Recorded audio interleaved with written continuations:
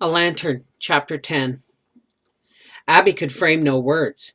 She could only reach forth her hand and touch Will's arm, a nightmare of fear upon her. Will and the other men of the party were also looking toward the shadowy figures in the dark. "They're friendly," Will whispered. "There's nothing to be afraid of." Friendly? Were they friendly? All night the Indians camped near the creek bed, a little to the north. Abby, with Mac upon her arm, did not close her eyes. Only a year and a half before, the Fort William Kearney massacre had occurred.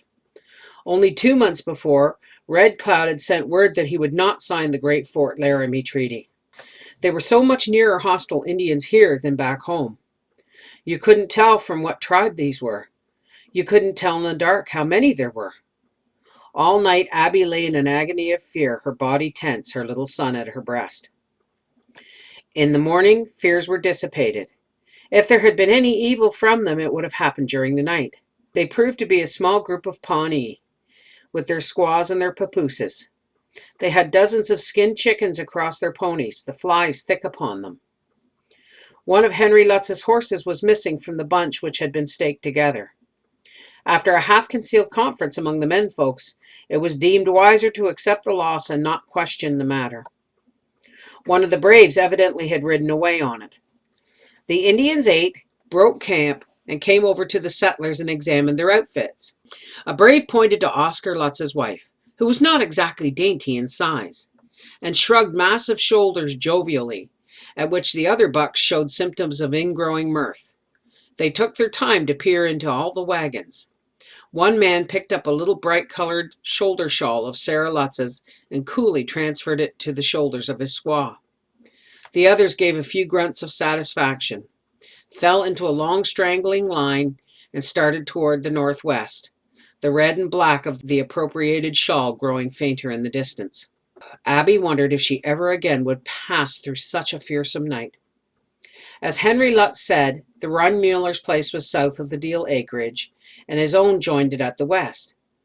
Abby was glad to find that Sarah Lutz was the one who was to live nearer her. She had taken a great fancy to the bride with the round rosy face, the jet black hair, and the little beady black eyes that seemed always twinkling.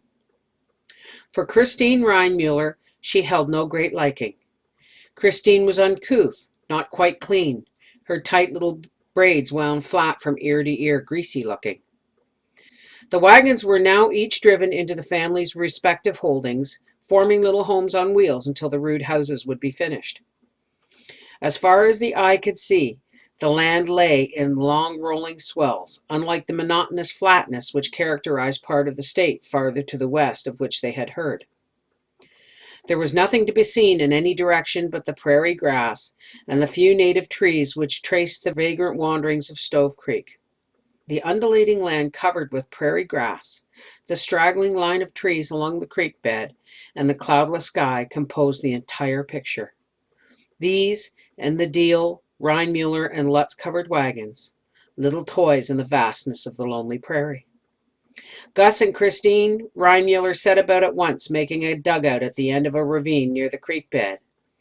They dug into the low hillside, set sturdy tree trunks a short way from the opening, and covered the top with poles cut from the branches of trees, across which they packed a solid roofing of sod. Into this, with only the hard dirt floor and the one opening, they moved their few possessions and their 2 baby boys. To Abby, it seemed that they were burrowing in like moles, but Gus was too anxious to get to work on the land to put much time on living quarters. The Lutz family began a frame house at once. Henry and his brother both working on Henry's so that when it was finished, the 2 families could live in it while Oscar's was being built. They took turns making long trips to Nebraska City for material. The foundation of the house was merely rocks under the 4 corners, which, free for the picking up, were hauled from Weeping Water. The house itself was a 2-roomed affair, with rough boards nailed up and down on the studding and battened with narrow strips, but without plastering, so that for the first winter, Henry would nail burlap sacking all over the interior. Will started a sod house. He did not feel he could yet build as good a frame as he wanted, and everyone said soddies were warm in winter and cool in summer. He cut strips of sod 3 feet long and laid them up as a mason would lay so many huge bricks, leaving places for the windows which Henry Lutz agreed to haul out from Nebraska City, with whatever other lumber Will needed.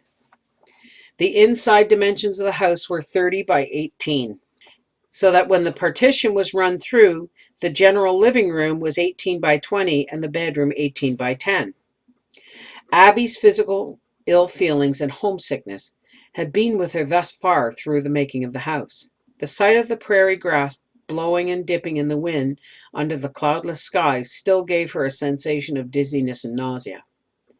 The water from the spring at the edge of Stove Creek had a peculiar taste, so that she longed for the old well water back home. She longed also for a sight of her mother's placid face under its white cap, and for a talk with Belle or Mary or Janet. In her low state of mind, she felt uncertainty concerning their prospects, strange forebodings for the future, a torment that she was to die at childbirth and leave Will and little Mac. But on an afternoon when Will was putting on the sod roofing, something lifted from Abby's heart. Perhaps it was only because she was physically better that the deep depression seemed lightened. The intense homesickness for the old scenes lessened. She put Mac to sleep in the wagon and walked farther up the long rolling land. A sense of lightness such as she had not known for weeks was upon her. A revival of hope and courage possessed her. This was their own land. They who had never owned a foot of ground were now the sole owners of 160 acres. Rich soil, too, Will said, black and rich. A farm of their own upon which to make a home for Mac, and the other one. She wondered, as all mothers have wondered, which the new baby would be, and could not quite determine, as all mothers have been not quite able to determine, which she'd rather it would be. A boy would be the nicer for one reason. He could be a chum for Mac, but a little girl, down in her heart she hoped it would be a little girl. She remembered what she had said to her mother in the old cabin loft back home. Someday we may have a little girl. We will be rich then, and she can wear the pearls. Well, maybe the baby would be a girl. Here was the good black soil upon which to get rich, and over in the wagon were the pearls. She and Will were young. Life was all before them.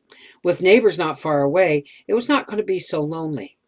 Sarah Lutz, already she loved Sarah, and Christine Reinmuller. Even though Christine was so Dutchy, she was kind-hearted. Their own land, 2 babies, youth, neighbors. No, life here was not going to be so bad. She raised her head to the cloudless September sky. O Lady of the Lee, fair and young and gay was she.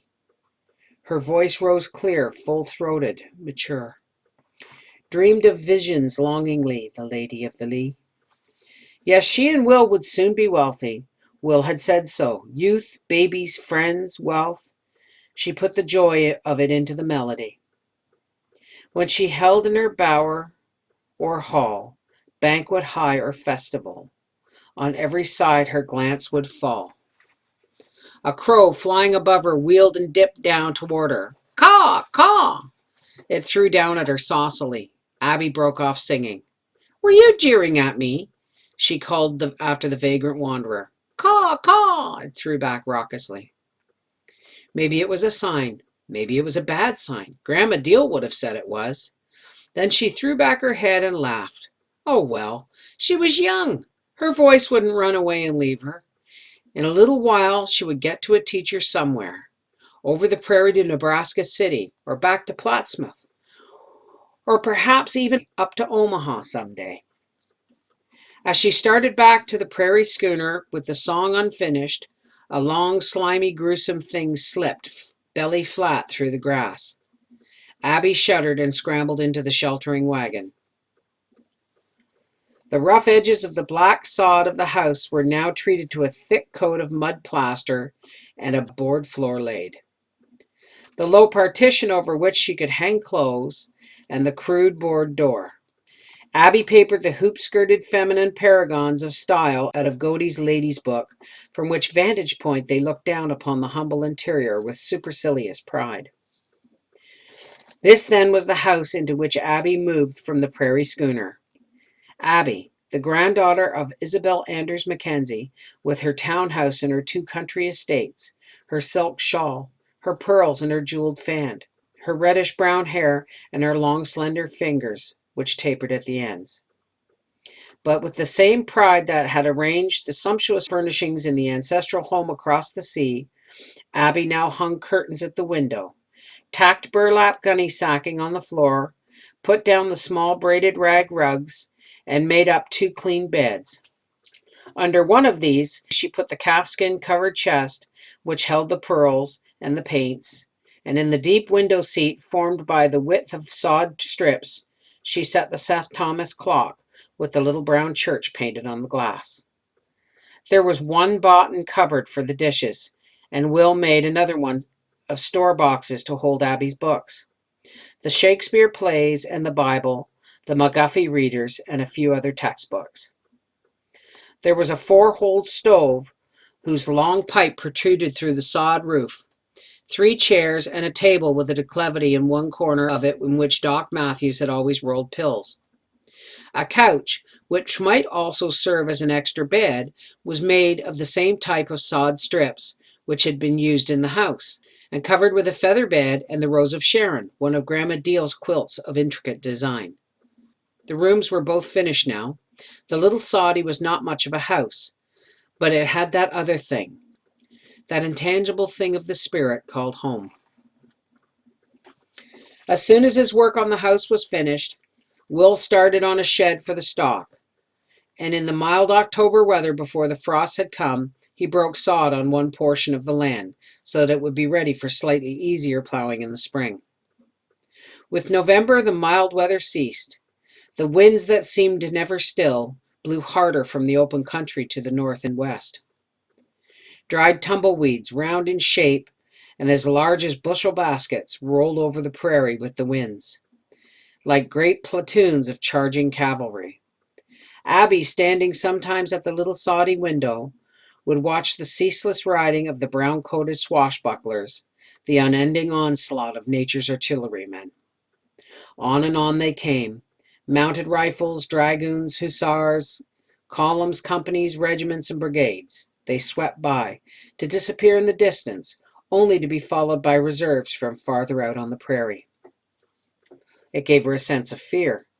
Fear that the unseen force which sent the slender-stemmed, globular-shaped weeds on their endless journey might suddenly send her, too, on the hard ride.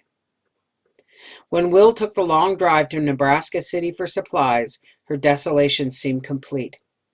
She would catch up little Mac, who was 1.5 years now and toddling everywhere, and hold him to her with a prayer for safety from all the unknown terrors: Indians, winds, prairie fires, storms, her own hour of travail.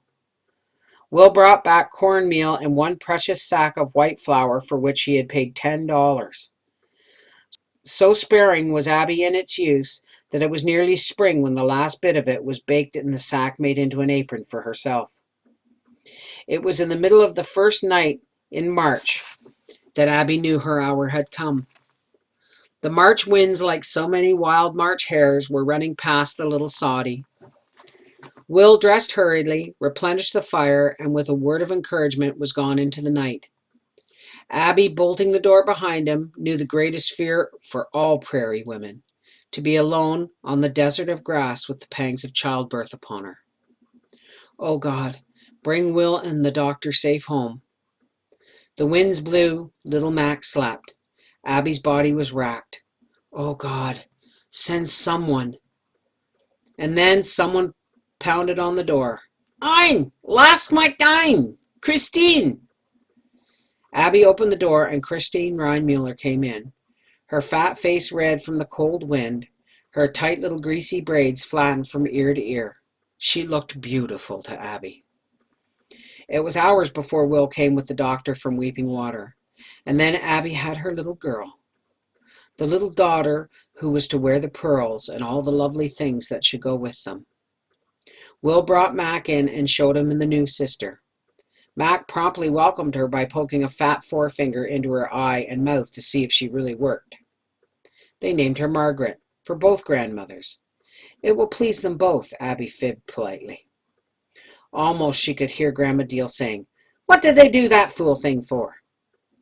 Mackenzie Deal and Margaret Deal, a son and a daughter. Such a big family. She and Will laughed together in their relief and happiness. And now, Abby's love was divided between two babies. No, that's not true. There is no division or subtraction in the heart arithmetic of a good mother. There is only addition and multiplication. March was cold, windy, snow-filled. The land was a desolate waste. Grayish-white snow was over the low rolling hills. A grayish-white sky with the pale reflection of those rolling hills in an opaque glass. And into the gray vastness of the sky, 3 little thin lines of smoke from the stovepipes through the roofs of a dugout, a chink-batten frame, and a soddy. Incense ascending to the god of homes. And then the miracle. Spring came over the prairie. Not softly, shyly, but in great magic strides. It was in the flush of green on the elders and the willows by Stove Creek. It was in the wind, in the smell of loam and grasses, in the tantalizing odor of wild plums budding and wild violets flowering.